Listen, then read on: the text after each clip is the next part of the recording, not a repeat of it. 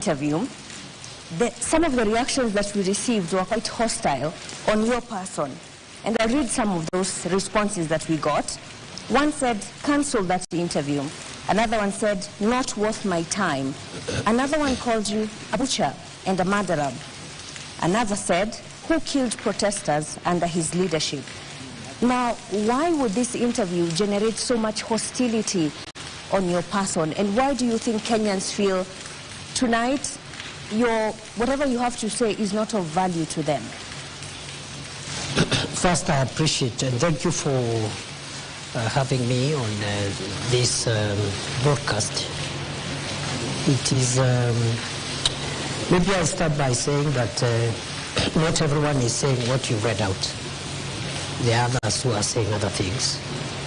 But that is still okay because it is the right of the people of Kenya to express themselves on what they think about their leaders, especially political leaders.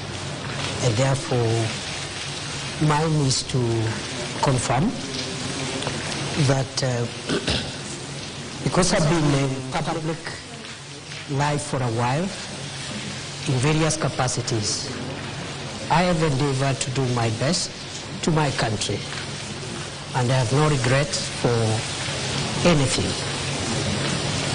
Maybe lessons learned, which is a common human thing, that perhaps there are things I've picked along the way. But in terms of my public duty and commitment to our national interest, I have been extremely clear on what is expected of me in the various roles that I have played in this country. As Interior CS, where Kenyans feel that you oversaw massive brutality on Kenyans who are expressing themselves when they felt that their leaders were not representing them in the way that they should, do you take personal responsibility for the murder of 60 people, according to the KNCHR? Well, the violent protest that took place early this year, and even earlier on in 2023, unfortunately led to loss of lives. Some of those lives were lost in various ways, including through police action. I have no reason to take responsibility for anything, because the space of violence and encounter with law enforcement is a space which is defined by law. And the role of the Minister for Interior is defined in the Constitution, Article 245, on what that role is. And that role includes providing policy guidance to the organs of internal security.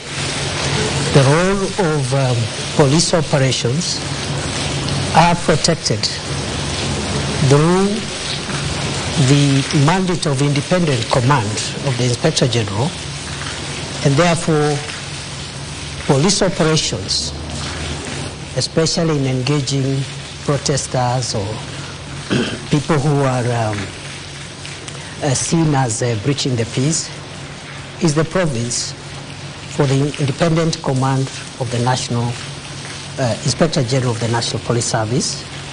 As far as I'm concerned, the 2 years I have been the country's Interior Minister, every single day of them, when I woke up to do my work, to make sure that the security organs of our country that protect our country from threats, security threats, perform their work, and should they require any policy guidance, that guidance is provided.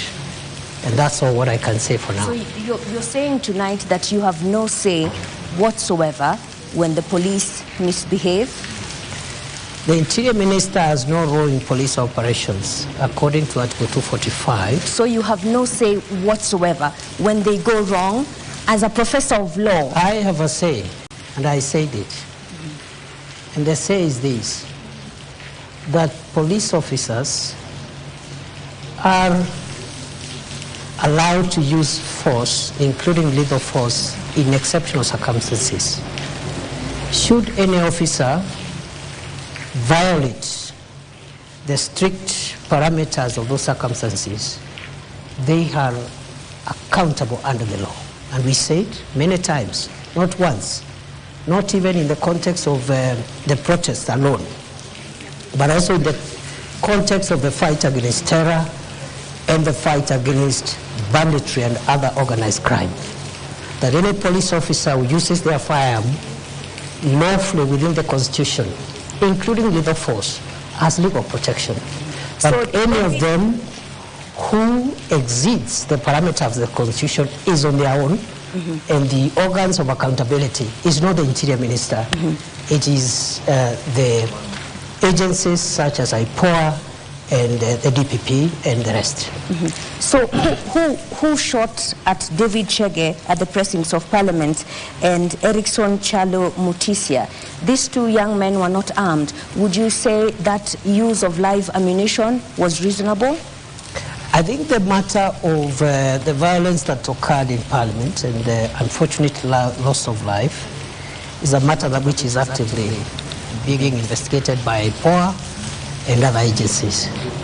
So it would be preemptive for me to tell you who shot the two Kenyans who unfortunately, according to the records, lost their lives in that context. So how far the investigations? You're the DP now. You may have moved on to a different role, but it's definitely senior to... I'm aware that there are two ways of conducting investigations. One is through the internal affairs unit of the police. But our policy in the last 2 years, while we were in that docket, we discouraged the internal affairs unit of the police from being the ones to investigate their colleagues, because it raises issues of conflict of interest, and perhaps perceptions of bias. So we encourage the Independent Police Oversight Authority to be the one to do the investigations. The report I had when I left the ministry is that they had made some good progress.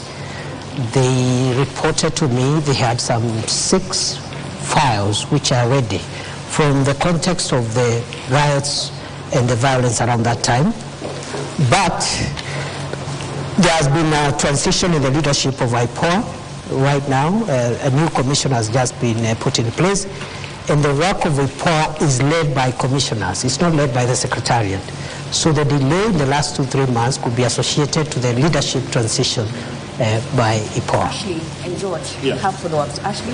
All right, Your Excellency, you have made a name for yourself as a defender of human rights. Are you proud